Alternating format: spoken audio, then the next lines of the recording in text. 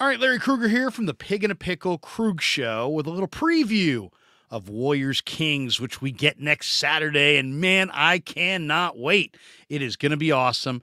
The Warriors, the 6 seed, the Kings, the 3 seed.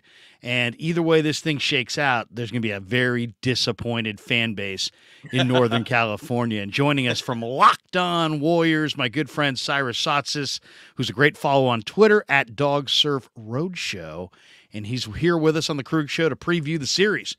What's up, Cy? How are you, man? I'm doing good, Larry. This was a borderline perfect day for Dub Nation for the Golden State Warriors. We're recording this on Sunday, April 9th, and yeah, I'm excited for this series. I feel like today went exactly. It was like best case scenario. It went exactly how the Warriors needed this day to go, and they're set up, man. They're set up for a repeat run now. I'm going to give my prediction at the end here, but I'll tell you up front, I like Golden State, and not just because I'm a Golden State fan. But let's talk a little bit about this matchup. Kings have missed the playoffs for 16 straight seasons. They're hungry. Mike Brown, I said it at the beginning of the year, the one difference between Mike Brown and the other coaches that Sacramento has had is that Mike Brown has mental maturity, and he was going to bring the team along, and there wasn't going to be a 3-week or a 5-week or a 7-week period in the midst of the season where the Kings just went south and couldn't win a game because everything just imploded because of bad leadership. Mike Brown is a solid human being, and the one thing that he got from Kerr, and Kerr's really good at this, is that as a bench player, and Kerr was a bench player, he was great at understanding that you need to bring the entire roster from opening night around Halloween all the way through the season. And you can't just let guys, fall apart. And the Warriors, the one thing the Warriors do that other teams don't do around the league is the Warriors stay together. The Warriors stay together, and this Sacramento team always was on the other end of the spectrum. They always fractured, but with under Mike Brown, they didn't fracture. They stayed the course. They scored a ton of points. Surprisingly, he's a defensive master, and their defense was putrid. We'll get into that.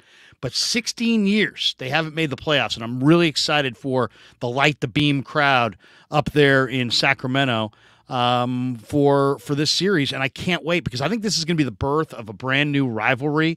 I think the Warriors and Kings have never had a winning record in the same season since the Kings have been in Sacramento. But here's the question. Now, a lot of questions about Sacramento, and I was reading a great preview from Monty Poole, and Monty Poole says, the Kings, the upstart Kings, can prove they belong with the NBA's big boys. And then the very next sentence, he asked the question that I immediately asked when I read that last sentence. Are the Warriors, who were in the finals last year and they're the defending champions, they were horrendous this year on the road. They were a true Jekyll and Hyde team. Totally good on the road, good at home, terrible on the road until the end where they finished fast. Are the Warriors still one of the big boys in the NBA? So why don't we start right there?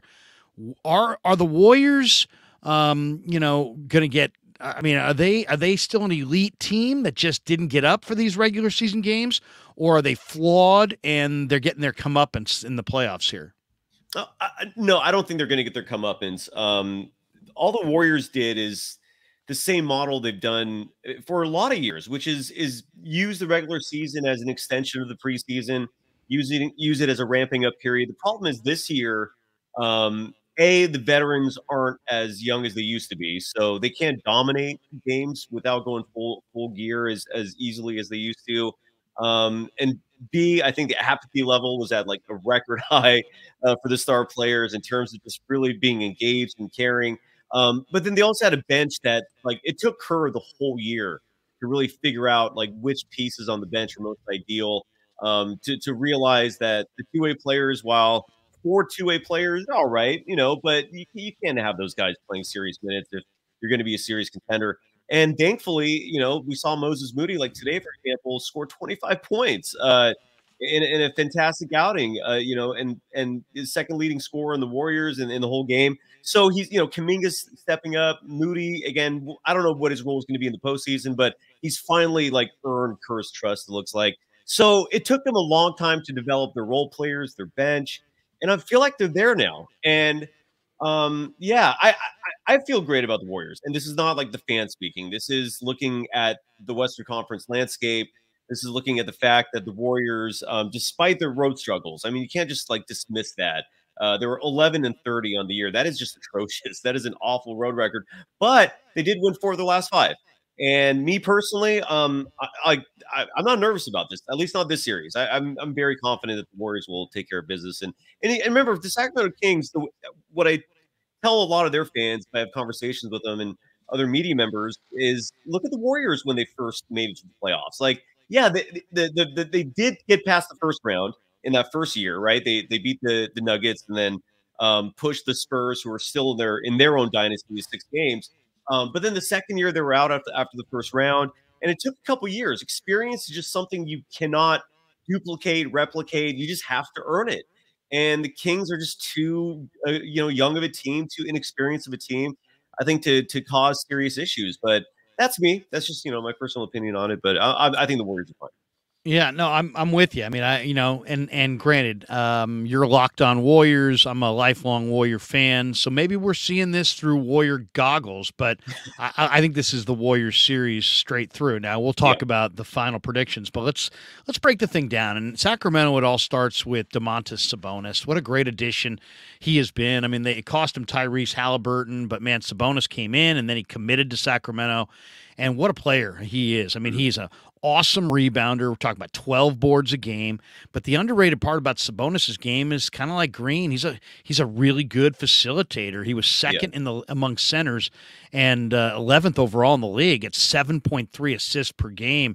He is a monster player in a lot of ways, and he's in the prime of his career. And he's got a size advantage here. He's 7'1". He's strong. What do you think? Is Golden State? We've seen Golden State go with Draymond at center when they want to get up tempo. Otherwise, they go with Looney. Who's going to draw the first assignment on Sabonis? Is it going to be Looney or Green in a smaller lineup?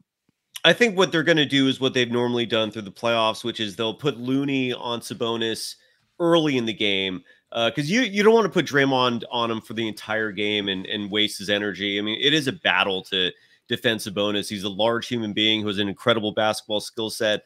So what we'll probably see is Looney assigned to him to start the game. And look, Looney, I'm not worried about that. Looney is more than fine when it comes to defense. The only player I've ever seen just take complete advantage of him was Nikola Jokic of the Nuggets. I mean, Jokic last year in the first round of the playoffs ate Looney up alive, and Looney became persona non grata for a little while there. He was kind of phased out of the rotation before he came back in the next round against the Grizzlies. So we'll see, I think, Kevon Looney, and then we'll see Draymond late in the game guarding him.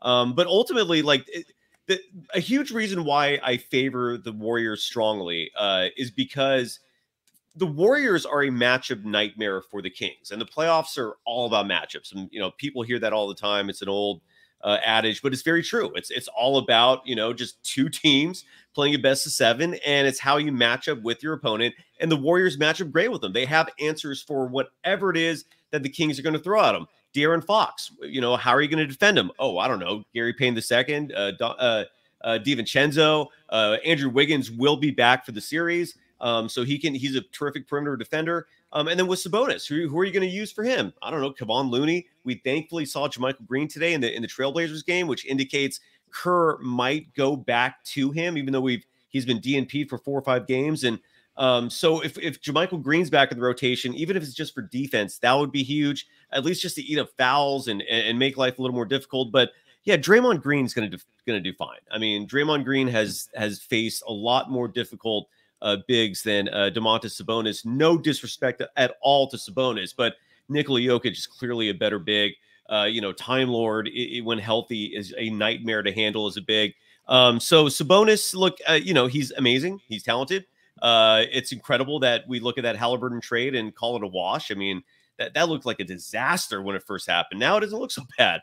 But I still think the Warriors, they'll shut Sabonis down. And the other thing to remember about Sabonis is he is not good defensively. And the Warriors don't have holes offensively. People look at him and think Draymond Green is liability. Kevon Looney's a liability. If that's what you think, you're grossly mistaken. Draymond Green takes advantage all the time.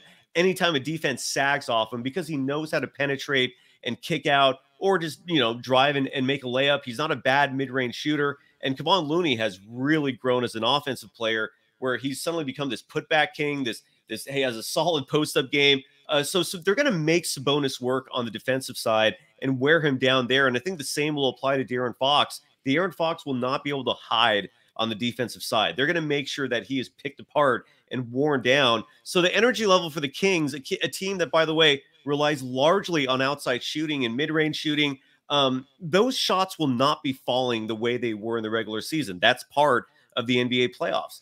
And this is just not going to be a good matchup for the Kings. It'll be a great learning experience. I think they will pull off a game or two, but I'm not worried. I think the Warriors will take care of business.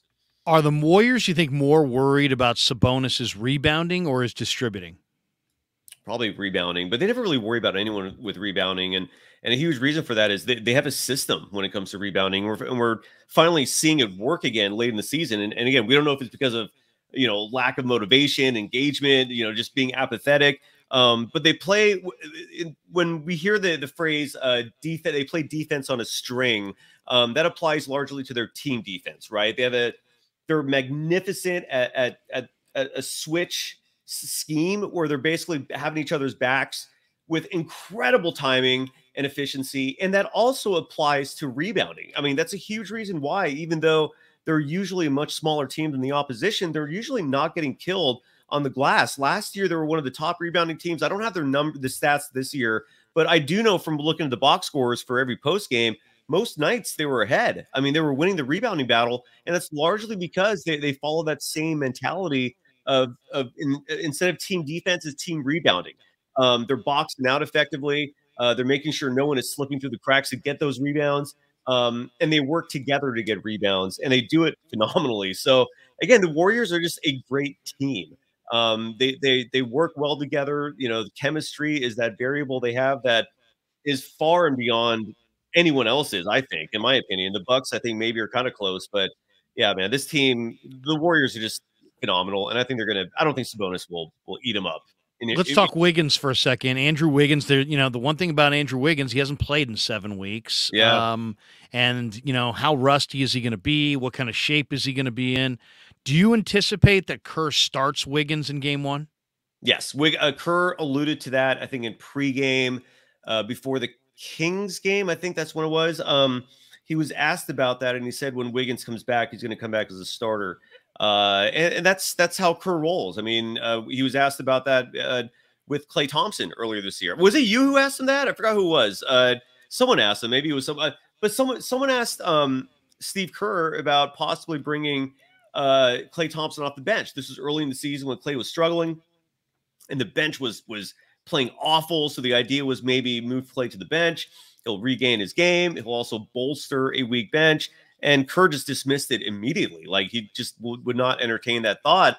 And I think he shares that same loyalty to Andrew Wiggins as well.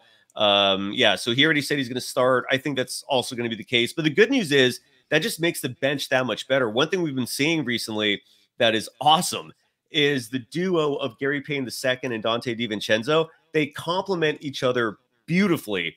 And we've been seeing DiVincenzo's offensive numbers regressing a little bit, and the thought behind that is that maybe he's been tiring a bit, too much pressure. He's been playing 30+ minutes as a starter. He's been the main starter filling in for Andrew Wiggins.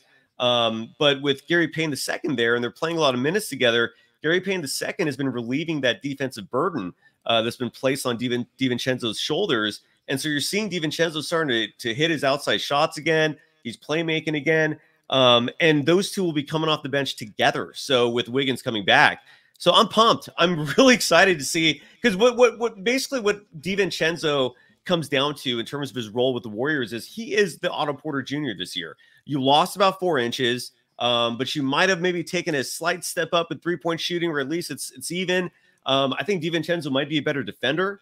So it's good things. I like DiVincenzo, and I think most people do as well. And the playoffs will be fun, man. Wiggins is interesting from the standpoint of last year. I thought, he was the key for them, and the way he defended, the way he rebounded the ball, those elements kind of came and went throughout much of his career. But man, he was a defender and a rebounder extraordinaire last year in the playoffs, and they fed off of it.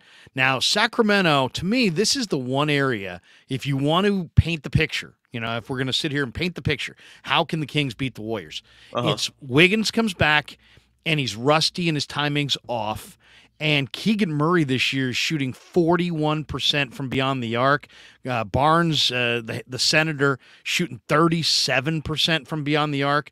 Kings Yeah. were a great scoring team this year. If they're gonna win this series, Barnes and Keegan Murray have to shoot the ball well from the perimeter. And who knows? I mean, Murray's kind of the wild card because he's a rookie and you just don't know, but he is a mature rookie and he's gotten a little bit better as the season has gone on. Yeah. How do you feel about what Keegan Murray's impact could be in this series? I think if the Kings are going to be reliant upon Keegan Murray and Harrison Barnes shooting to win this series, they're done.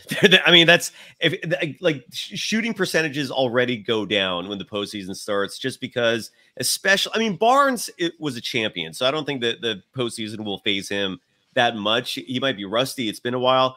Keegan Murray's a rookie, and he's a rookie who, in every sense of the word, let alone in the playoffs.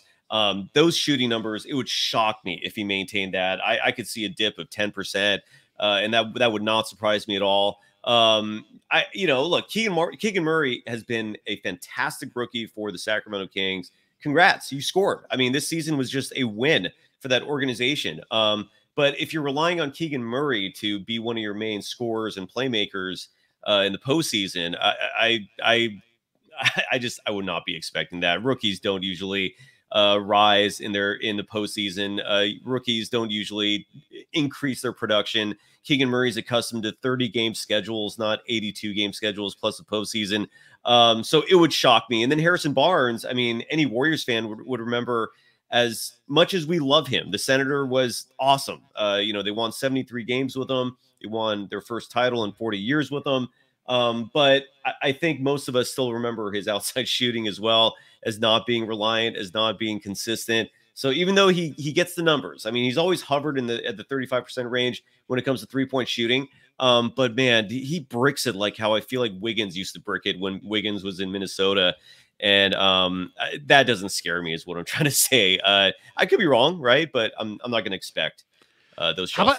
How about the backcourt? To me, it's like, it's the adults versus the kids. You know what I mean? I mean, you got Clay and Steph, and they're maybe a little long in the tooth at this point. Both these guys are in their mid-30s, but they're combining right now for over 50 points a game this year. Yep. Steph's the all-time three-point shooter in the game. Clay's coming off a great year shooting the three. He seems like he's bounced back. But then on the other side, man, I think Fox has been the engine for the Kings offense, which is scoring 118 points a game. Yeah. He averaged 25 a game, 51% from the field. And Herder's not 6'3". Herder's Clay. He's a big two guard. I mean, 48% from the field, 40% from three. Neither of these guys defend much. Exactly. What do you think? I mean, are the kids is this going to be about youth and energy, or is this going to be about experience? Is Steph and Clay getting over on the kids, or is Fox and Herder going to say we're next and next is right now? Yeah, I'm if there's going to be a backcourt that's going to supplant the Splash Brothers as the best backcourt in the NBA, as the new champions, or just someone who eliminates them, I just don't think it's De'Aaron Fox and Kevin Herder. Look, as good as they are, and they've had a phenomenal season, Kevin Herder is absolutely not known for his defense. I don't know if he's ever played in the postseason. I mean, who was he with, the Hawks before this year?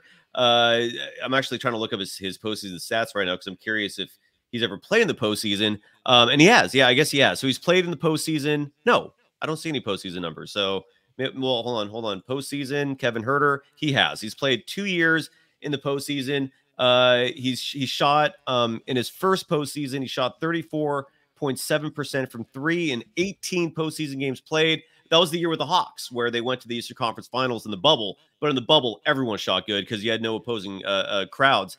And then in 2021, 2022, he played in a first-round series, shot 29% from three, averaged 9.2 points per game. And that's in 30 minutes. He played almost 31 minutes a game. So these aren't small sample sizes. And that just shows you, again, shooting goes down when the playoffs start. The Warriors have been, unfortunately, victims of that as well. I think in the 2016 year when they lost to the Cavaliers, it was their outside shot that failed them in Game 7 in the NBA Finals.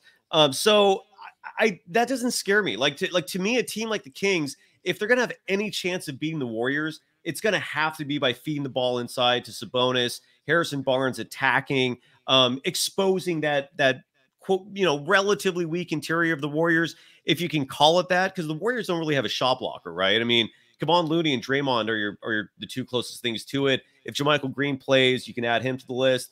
If Wiggins is back to his old form, maybe you could add him to a certain extent because of his athleticism.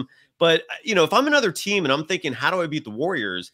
I would not take the approach of let's try and battle the Splash Brothers and beat them at their own game. You're not going to win that. You have no chance in hell. Those two are the best ever at it. So that's what I think. I think if the Kings have a shot, you got to go inside. You got to rely on Sabonis to just eat up the Warriors, and then at that point, hope for the best. But you're right, man. I think the Kings are going to rely a lot on De'Aaron Fox. They're going to rely a lot on Herter.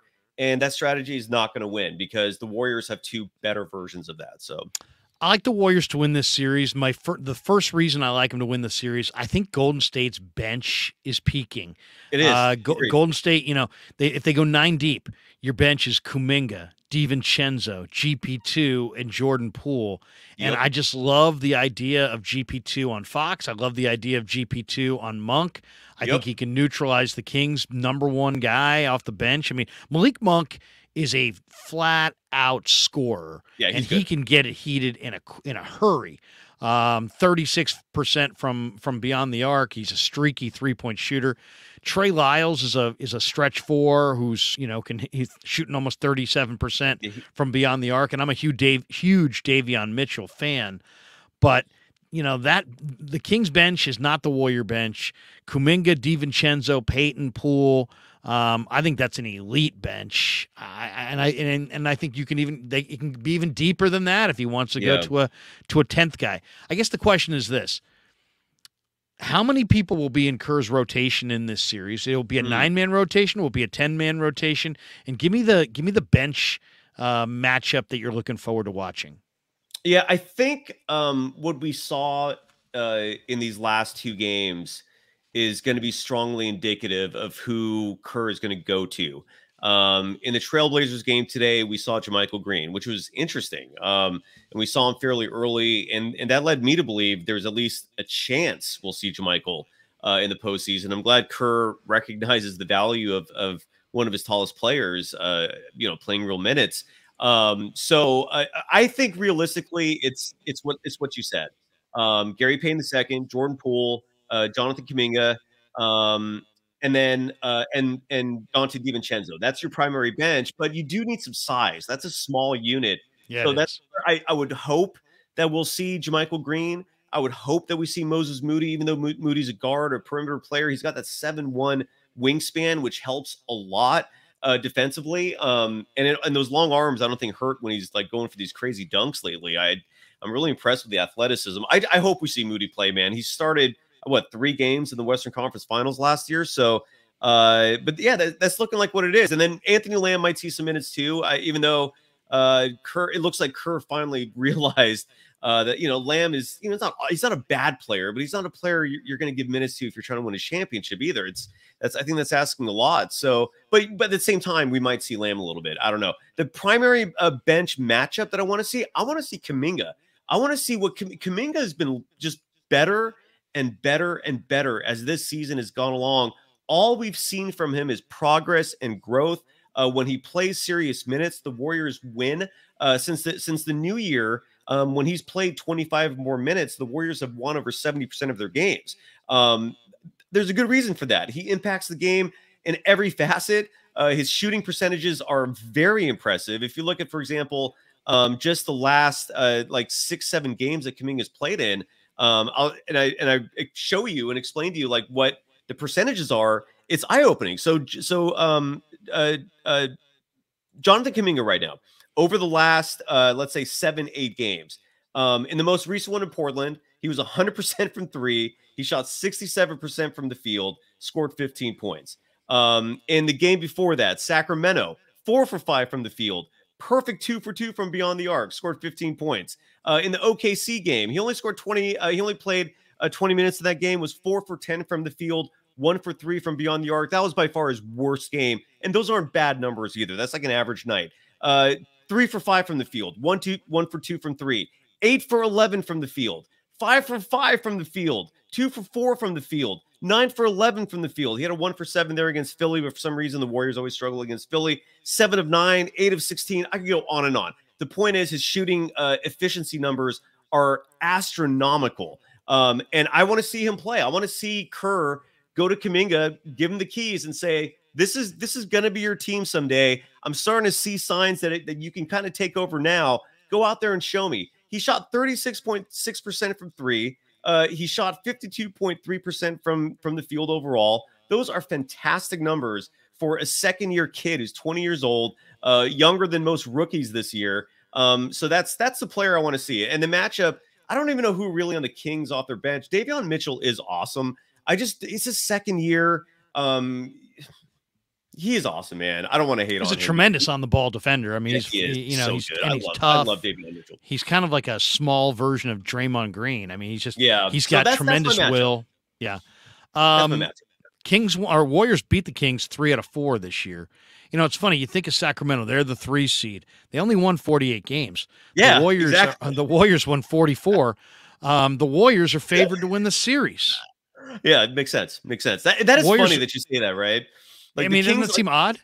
Yeah, because everyone's like the Kings. They had a breakout year. They're going to the playoffs as a 3rd seed. It's like, yeah, they won 48 games. The Warriors in the We Believe years, their second We Believe season, they won 48 games and missed the playoffs. So that's why I laugh, man. This year was just really weak in the West, where a 48-win team got you the 3rd seed, and the Warriors are just 4 games back. That's crazy. That's absolutely crazy. Yeah. So they're good, but it's nothing to write home to about. You know, the Kings are. Good, I mean, but they're not the King. I mean, I don't want to say the Kings are happy to be there because I'm sure they have designs on advancing, but to me, I look at it like everybody's on a treasure hunt. The Warriors have the map, and the Kings are just happy to be there.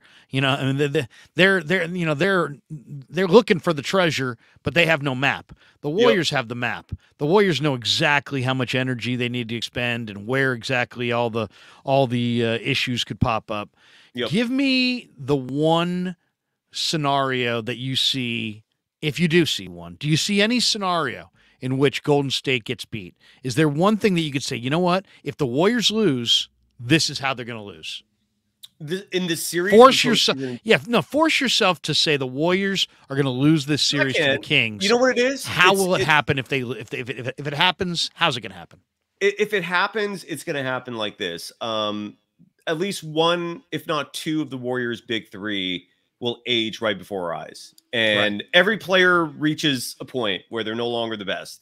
Clay can't hang with Herter. Steph can't hang with Fox. Or De'Aaron Fox. I could see like De'Aaron Fox just suddenly just running circles around these guys, and the Warriors just suddenly look old and slow. Like that could be the nightmare scenario. Will that happen? Probably not. But that's Kerr Brown. Let's talk about the last matchup here between Kerr and Brown. 9 seasons with Golden State. Kerr's had 6 trips to the finals. He's got 4 rings. Mike Brown knows this Warrior team, but Kerr knows Mike Brown. Yep. And I don't know if there's any secrets here. Do you see any advantage? Is it advantage Kerr just based on experience? Or do you say, hey, wait a second, Mike Brown, the one thing I can say about the Kings, I really believe the Kings followed Mike Brown this year. I think he led them through this season, and he has coached a team to the finals in the past. And if there's one thing I would say about Kerr this year, if you said, give me some observation on the Warriors that you think is true, but may not be the most glowing thing, I don't know that I get the sense that maybe at times the Warriors kind of tune Kerr out, and maybe I'm wrong by that, but that's my observation from watching the Warriors kind of sleepwalk through this thing and listening to Kerr, plead with them and basically beg them at these press conferences to play. About 2 weeks ago, he called them out. What was the line that he said? Like from the mid-second quarter to the 4-minute mark of the fourth quarter, we were mentally vacant. Right? No, I don't think he called him brain dead, but I think he said like we were mentally checked out or we weren't there. I mean, it was a real harsh criticism. He was. Is there any advantage that you see for either coach here? I always take the side. Like when it's like a teacher pupil type matchup, which is sort of what this is. I know Mike Brown had a long career before he became Kerr's assistant, but to put it in perspective, Mike Brown was what, like 34 when he coached LeBron in 2007 to the finals. I mean, that team had no business, for starters, I think, being in the finals, let alone they had no shot. I think they lost to San Antonio that year, right? Is that who they faced? Right. I think so. So I mean, he was like 34. He was so young as a head coach. Like he must have. He probably. I wonder if he thinks back to that time and thinks to himself, like, I was a totally different person. I was inexperienced. It's hard to base. What I'm trying to say is it's hard to look at that version of Mike Brown and think, oh, well, Mike Brown once went to the finals. It's like, yeah, I guess that was just and the Eastern Conference was so bad that year. Look, Mike Brown is a great coach. Mike Brown is not a great postseason coach. He's always underperformed. His teams always fail to reach what was expected of them. So as good of a coach as he is, he hasn't really proven it or done much in the postseason. So I say, Mike Brown, you got to prove it. And B, I will always take the side of, again, if it's a teacher pupil type matchup, big brother, little brother, whatever it is, the more experience, I'm going to roll with them like 100 times out of 100, just because it almost wins. It almost always wins. And I felt awful when the Niners played the Ravens in 2012, 2011, whenever it was, because I knew John was not going to beat his big brother. And this is a sort of a similar scenario, not the same, but it is a mentor versus mentee type scenario. And yeah, I think it will play a part in it. I don't know like why. I don't know if it's the psychological edge is just, like the younger one looks up to the other one and says, damn, I don't know if I can beat them. They taught me a lot of what I know. Who knows what the reasoning is, but yes, I do think it plays a huge part in it. And if I'm a gambling man, which I am, I always bet on experience. I think that's the way to go. I'm taking the Warriors in 5. Tell people, Cy, what you got if they go to Locked On Warriors this week and they check you out. Of course, series doesn't start till Saturday. How are you going to be? What are you guys going to be talking about this week? Breaking it down, looking ahead. What's Locked On going to look like this week? It wasn't the Locked On. So we've already done. We did a show earlier today, right after the conclusion of the Trailblazers game. Kylan and I kind of just broke down, what's to come. And it is awesome that the game is going to be Saturday night, ABC, nationally televised. So this week we're doing a show. Locked On has a tradition where like the two playoff teams, the hosts that cover the team, they do a crossover show. So I'm doing a crossover show with the Locked On Kings host. His name is Matt George, and I'm curious and fascinated to do that show. He actually tweeted at me today, like taking something he didn't like that I said that by the Warriors getting the 6th seed, it was the much easier path. Like he thought I was insinuating that it's just because of the Kings. Right. I was like, no, it's because it's not just the Kings. It's like you're probably playing the Grizzlies second round instead of the Nuggets. You're playing the Nuggets in the Western Conference Finals instead of the divisional round when Wiggins might not be ready to go. Your team still might not be gelling at 100%. No, this is the absolute best, easiest path for the Warriors is getting the 6th seed. It is phenomenal. Almost every year during this dynasty, the Warriors fall right into the perfect place. Every year, they always end up with the seed that has the easiest path, where the teams you're playing, like there's something wrong with them. They're missing a player. They're injured. It just, and I think the basketball gods just love the way the Warriors play, man. That makes no logical sense whatsoever, but the Warriors do it right and they get rewarded for it. And I think that includes this year. I mean, the 6th seed is exactly where they wanted to go. It's exactly what they got. And so I'm going to be doing a crossover show with the Kings host, Matt George. CJ Holmes, San Francisco Chronicle beat writer covering the team, is going to come on with me. Maybe he has some interesting information to add to it. I'm doing a show with the Hall of Famer Rick Barry. We're doing a live show tomorrow. So subscribe to Rick Barry's house on YouTube. That's where those shows get posted. And obviously, Larry, I'm coming on with you anytime you ask me. And thanks as always, brother. This should be fun, man. So your prediction is Warriors in 5. I'm going Warriors in 5. What are you going? Saying, and I said this on Locked On Warriors today. I'm predicting Warriors in 6 only because I actually think you'll be right. I'm taking just a more safer route just because the Warriors haven't shown me enough for me to feel confident that they're going to win 2 road games this series. They probably will, but I just don't have that much trust in them yet. And that's what it's going to require for them to win in 5. They're probably going to have to win both games 1 and 2. No, or I guess split 1 and 2, win 3, 4 at home, and then win game 5 in Sac. Is that what you're predicting? Yep. Okay. Yeah, I think it's Warriors win game 1, Kings win game 2, Warriors win 3 and 4 at home, and then they snuff out the candle and light the beam doesn't get lit. And F the beam, man. F the beam, and there you go. Warriors moving on to the second round. And I made this awesome visual on the Locked On Warriors Instagram page, and that's @LockedOnWarriors. Because you can make these Instagram stories, and they have all these GIFs, and you can do layering, and so I made this graph of Joe Lacob taking a dump right on the beam as it's coming out, and just pooping in the hole where the beam comes out and clogging it up. It's incredible what you can do with 30 minutes of time. Hey man, the beam is genius marketing. The Kings have had a phenomenal year. It's a great story, and it ends right now. So Warriors in 5. Cy, have a great week on Locked On, and we'll talk to you soon. Love you, brother. Thanks, man. You too, bro.